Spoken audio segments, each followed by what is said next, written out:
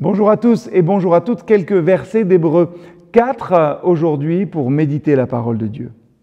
Empressons-nous donc d'entrer dans ce repos, afin que personne ne tombe en suivant le même exemple de désobéissance. Elle est vivante, la parole de Dieu, énergique et plus coupante qu'une épée à deux tranchants. Elle va jusqu'au point de partage de l'âme et de l'esprit, des jointures et des moelles. Elle juge des intentions et des pensées du cœur. Pas une créature n'échappe à ses yeux. Tout est nu devant elle, soumis à son regard. Nous aurons à lui rendre des comptes.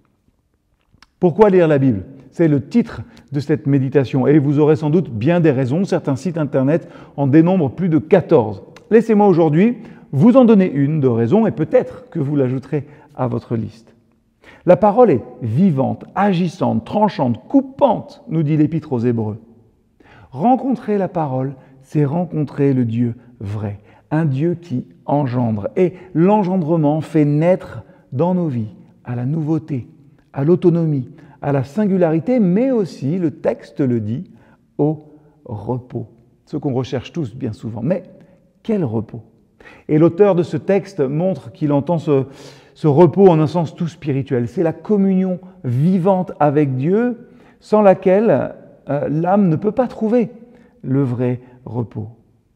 La parole vivante qui est le Verbe, qui est Christ, a une puissance d'investigation dans nos existences. Elle va au plus profond de nos personnes, elle pénètre dans tous nos replis et là, elle juge des pensées et des intentions du cœur. Nul ne peut mentir au Verbe, à la parole agissante, au Christ fait chair. Oui, tout est vulnérable et sans plus de faux semblants, de justification éhontée devant Dieu, qui est vrai. La parole perce la cuirasse d'illusions, d'orgueil, peut-être des fois de subterfuges, d'égoïsme, de mensonges dont on s'enveloppe, nous, hommes, devant Dieu.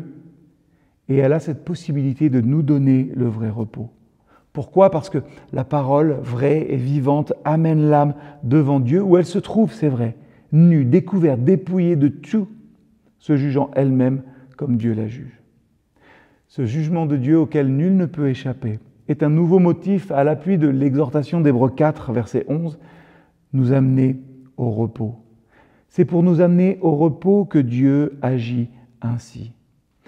Interrogeons-nous donc aujourd'hui sur notre enracinement dans l'authentique parole, celle du Christ. Est-ce que je lutte ? Est-ce que je repousse ? Est-ce que je résiste ? Est-ce que cette parole, cette vérité par laquelle Dieu voulait sauver mon âme se transforme en tourment ?